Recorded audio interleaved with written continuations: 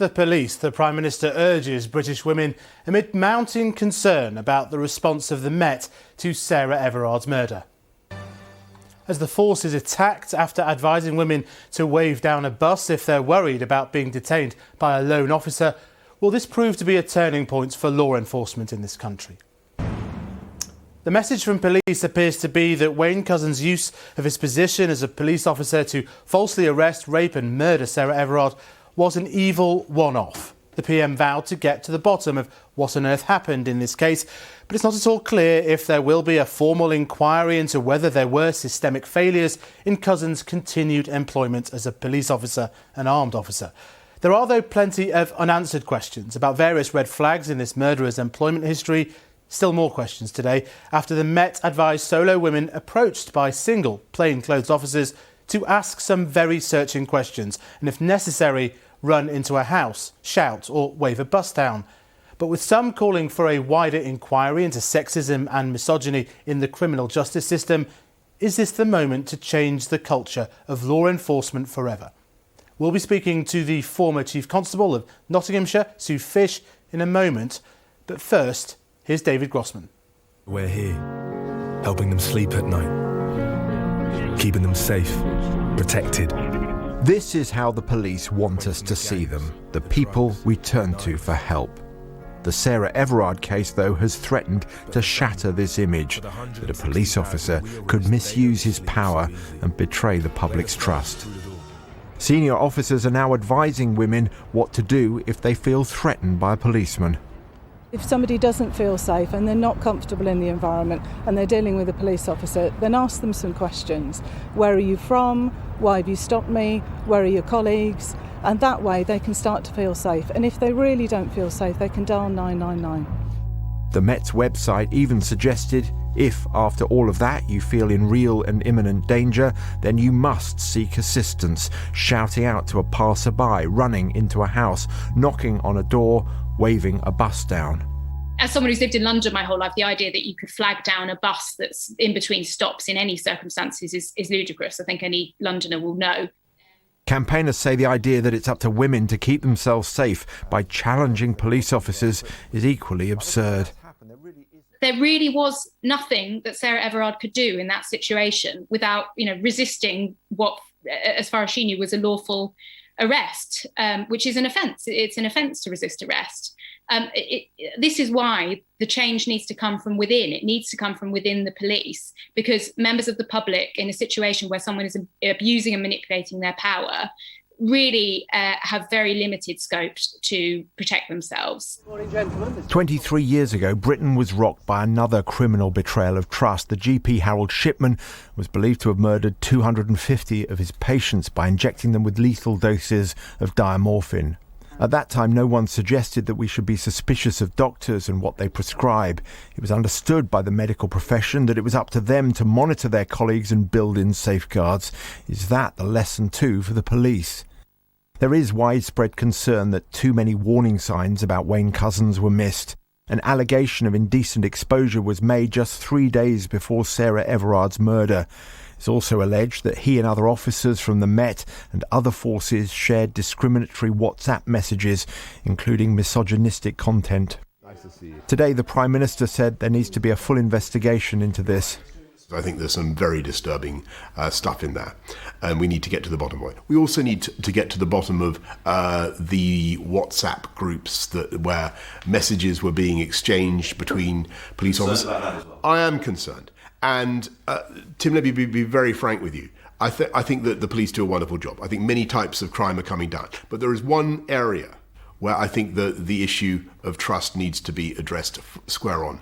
And it's in the way we handle crimes against women and girls. But campaigners say that the boys' club culture of some police forces has been ignored for too long. And no doubt there are cases that are investigated properly and robustly by the police, but I think there is a real problem of a kind of boys' club culture and a locker room culture, I'm afraid to say. But the fact is that if you don't have basic things like a principle that whenever a complaint is made against a police officer of one force, that complaint is investigated by an independent force or an independent body, you're not going to have robust investigations, or it's going to be far too easy for serious allegations to be swept under the carpet. The UK is supposed to have policing by consent. It may not always work, but some level of trust that the police are there to protect citizens is essential. Winning it back is as urgent as it is difficult. David Grossman there. I'm now joined by the former Chief Constable of Nottinghamshire Police, Sue Fish. During her time as Chief Constable, she introduced some pioneering training courses for police officers to help them understand what type of sexual misconduct happens in the force and to mark out the boundaries of professional behaviour for officers. So, Sue Fish, thanks for joining us. Can you give us a reaction to those? I mean, it's obviously a very difficult moment. The Met's trying to re-establish trust with Britain's women, and these guidelines, though, this idea that you should question a lone officer if you happen to be in that situation, or even try to wave down a bus. What do you make of that from your experience? I think the piece that you had earlier summed it up for me. It's completely absurd. It's impractical, and to think that the Metropolitan Police had the best part of 6 months to work out what their response was going to be following the sentencing of Wayne Couzens. The fact that they've come up with this feels that they simply don't understand the issue and have absolutely no insight whatsoever. So you're surprised that the Commissioner, for example, did not say very clearly to the sort of worried women of Britain simply that this will never happen again. We will not allow someone like Wayne Couzens to become a police officer, still remain a police officer. That's the sort of reassurance that was required. Well, it's very hard to give absolutes, isn't it? But I think some of the key issues that she could have said, or her spokespeople could have made really clear, is, for example, making misogyny a hate crime and running a comprehensive training programme and communications plan that complements that. We did that in Nottinghamshire and it made a significant difference. But what drove that was clear, committed leadership, where you're prepared to listen and you're prepared to hear really uncomfortable things and then to take appropriate and thoughtful and, quite honestly, culture-changing action. This isn't about an individual officer. This is about a prevailing culture within policing, and it has to be broken. It has to have been broken many years ago, but the reality is we are where we are. But we have to, and policing has to, the government has to, and I think the public have to say this is not good enough and expect far more. So you're clearly saying that there were systemic failures here in this case. I mean, do you detect in the response that you see from the Met, from the government, that they're trying to suggest it's a kind of one very bad apple type of situation and brush it under the carpet? Sadly, yes, I do.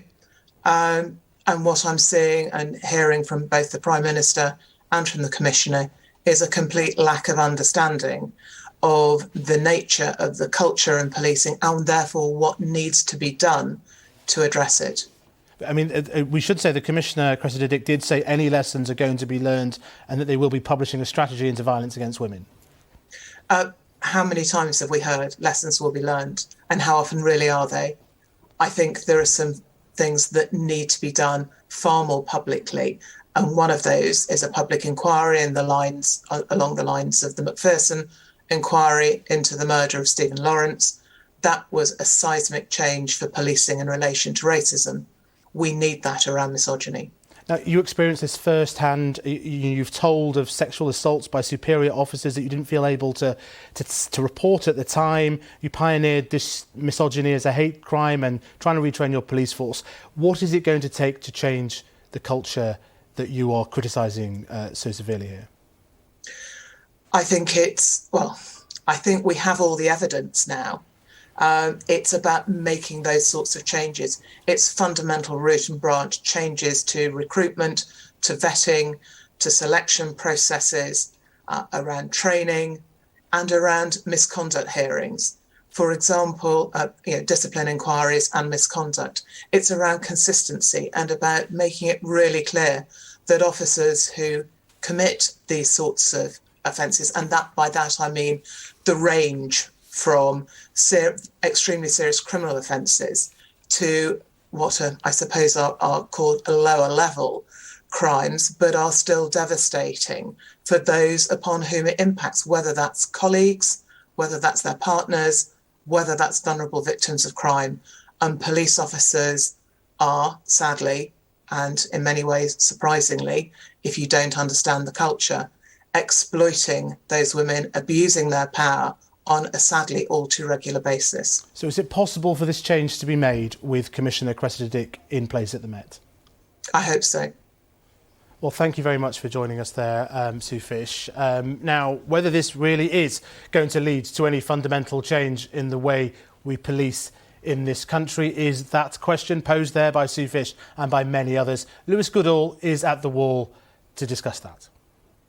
Yes, Faisal, the police force is, as you say, facing a profound crisis of confidence. The question is, what can be done? Of course, you have to remember there isn't just one force. There are 43 forces in England and Wales alone. Each has their own command structure, their own chief constable, their own police and crime commissioner, an elected figure to oversee them, and of course the Home Secretary herself atop of all that. Some think it might be better if there was more standardisation, more merging of some of these many forces in order to better drive reform. There has been agglomeration over the years, and in Scotland, not uncontroversially, they have moved to one force, Police Scotland, and then of course the PSNI in Northern Ireland. But it is the Metropolitan Police which is at the centre of this crisis, and Dame Cressida Dick's leadership in particular. And you can't understand this crisis without understanding the context of its repeated failures, and indeed hers, in recent years. Famously, in 2011, Dame Cressida, when an assistant commissioner, was in charge of the operation which tragically killed the innocent Jean-Charles de Menezes at Stockwell Underground Station. In 2014, she was in charge of Operation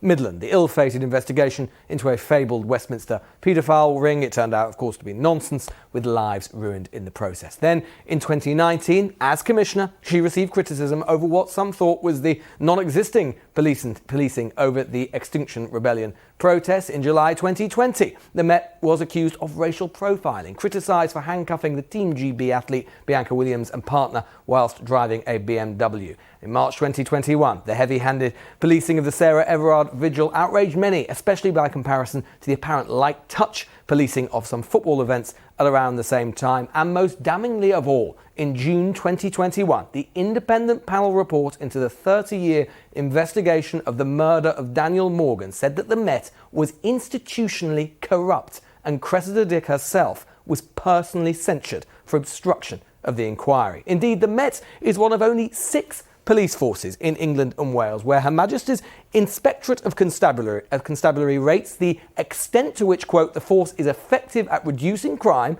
and keeping people safe as either requires improvement or inadequate, one of their key indicators. So, to get a grip of the Met, you could change the top, but Commissioner Dick continues to enjoy significant political support from both the Home Secretary and the Mayor of London. Indeed, she was reappointed only last month. Perhaps then, the question isn't whether it's fair to expect Commissioner Dick to resign over this alone, but taken with everything else, whether she can lead the sort of change that we've seen in the past. For example, after the Macpherson report into the murder of Stephen Lawrence and institutional racism in the police. Now, Labour has called for exactly that sort of fully independent inquiry to examine the events of this case and examine the question of the culture of the Met towards women, just as happened with the culture of the Met with racism in the 1990s, something it appears, for now at least, the government will resist. The question then, short of a change of leadership, of an inquiry or commission, is what, if anything, emerges from all of this to restore a breaching confidence at the heart of policing. Faisal.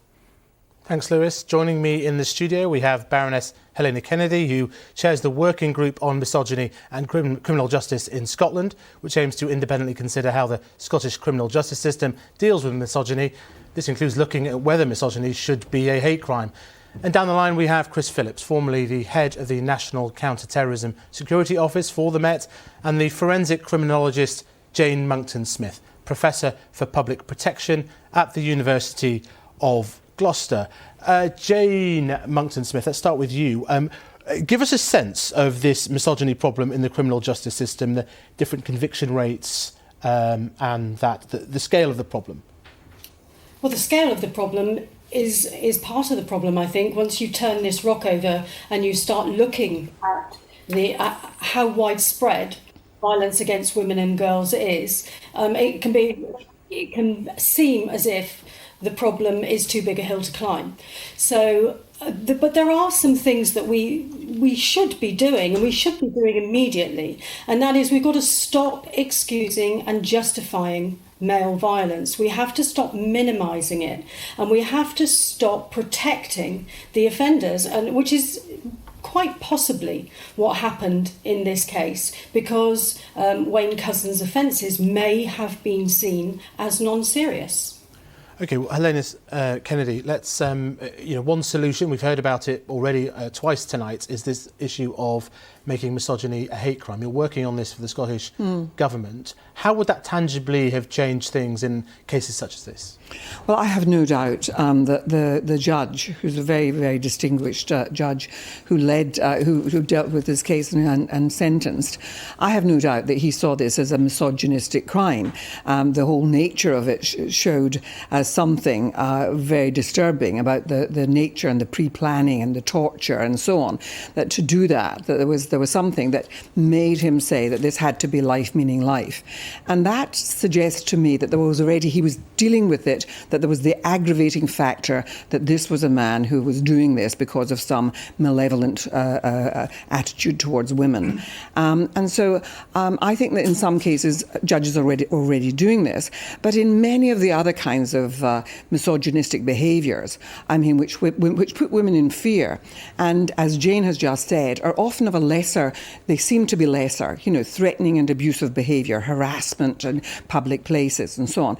Those things are often being very dismissed as not the sort of things that police should be prioritising, especially when the police are under-resourced, there are fewer of them and so on, that they start seeing this stuff as not important. And yet what we're seeing is that often is an indicator of more serious crime to come.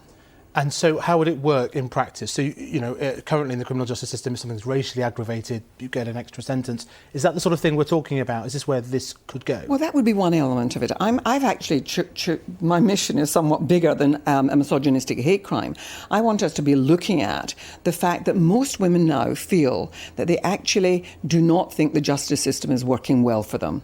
They see what's happening in rape and domestic violence and all of that. They see that when they complain about stalking or harassment, that nothing is done about it, so that there's a real loss of confidence. And I do think that there has to be some other steps taken. There has to be better training around this. And I think Sue Fish has given evidence in front of my working party. And she really did take a strong leadership role in this. And I think it would be rather good to see the Commissioner of the Met Police doing a similar thing. I do think that there ought to be some, bringing in of some outside voices into the police to talk about all of this. It's not about one bad apple. It's about police making priorities, and it's against a culture which exists within the police, but it's also a culture in wider society, which is about women suffering this stuff because of male entitlement, of men feeling that somehow women's bodies are within their purview, somehow feeling entitled to behave in these ways. Now, not all men, but it's sufficient numbers to make women's lives miserable. Let me bring in Chris. You've served as a police officer, and this has been a pretty grim moment. I think everyone would agree. Do you think the culture needs to change, and do you think retraining is the solution? Well, I think we're focusing on the police here, when actually it's the wider criminal justice system and actually society itself that's really to fault. The difficulties that police find in having the staff to do the investigation for many of these crimes. The cutbacks have been horrendous in policing, and we've seen that. But also actually getting cases into the court system and through the CPS has proved very, very difficult. So I think to focus just on the police, this is a societal issue about females being assaulted. We had a young lady murdered just a few days ago in London, and this is almost become the norm. But I would say as well that we are focusing on this point in time because, and I know there's been a bit of upset about calling him a bad apple, but this guy has murdered someone in most horrendous circumstances.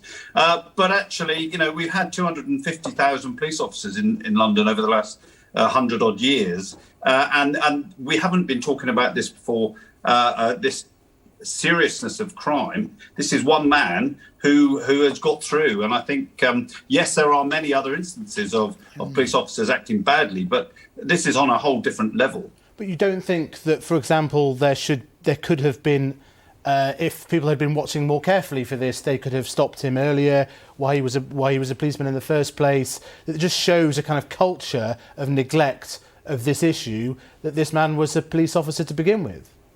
Well, I mean, I can go back to my time, and there were a number of officers that I thought that really should have been sacked and weren't suitable to be police officers. And it was very, very difficult through legislation to get rid of them at that time. Now, those may have changed, those situations may have changed. But I think my understanding is that the offences that happened very close to this poor girl's abduction and murder, it would have been quite difficult for the police actually to even have identified who he was, being a police officer, and dealt with him. So because it wasn't put to the top of the priority list. But then again, there's many other cases that those officers would have had to deal with at the same time.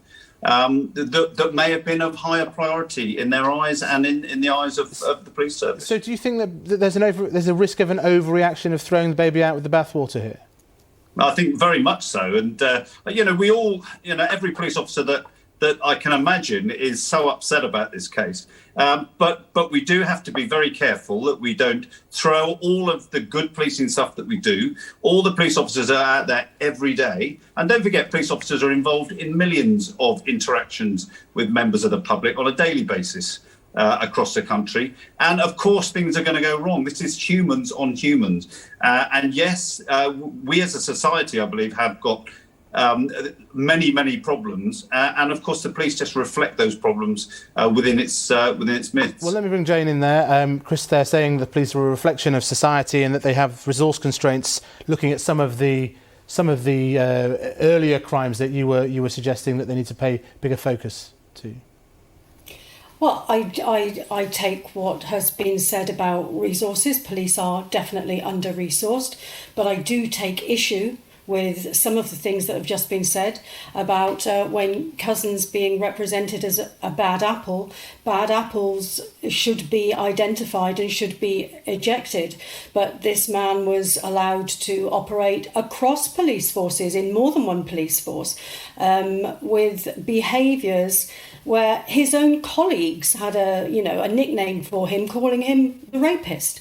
So this isn't just simply a case of a bad apple, even if that's what Wayne Couzens is. This is about an institution that allowed him to thrive within its ranks and to be able to go out and commit this crime. And other crimes. Let me bring Helen in here. I mean, there's talk of inquiries and commissions. I mean, what difference can that really Well, first of all, I think Scotland was actually ahead of the game here in identifying very early on that something would have to be done, because women were saying very loudly and clearly, and being listened to, saying something has to be done. They therefore set up this particular inquiry. They had created legislation for hate crime that they felt that the issue concerning women actually needed a deeper dive and to look at it more closely. Now, I think there should be some sort of investigation here. I do think that the officer is right, the former police officer, in saying that, of course there are many good police officers. Let's accept that. But inside policing, any institution, there's a temptation to protect your own, to look after the backs of your mates, and that camaraderie can often be for a positive thing when you need that, but sometimes it can work in a very negative way, in which women talk about making complaints about sexism, and they pay the price because it's somehow, to grass on your mates is bad. So you've got to do something about that. We know the institutions cover up because they try to protect their own reputation. They can't do that. There has to be, this moment should be used to say, aren't we entitled to expect more of our police? And can we do something about the culture? And then can we do something about the wider culture in our society, which allows this kind of constant business of diminishing women, this sort of horrible corrosion of women's experience of life, where they have to go through this stuff every day of being abused, of being denigrated, and being made to feel that they somehow have less value than men. Helen Kelly, thank you very much for that. Big questions, important questions. Thank you for coming into the studio. And thank you, Chris Phillips and Jane Monckton-Smith, too, for joining us.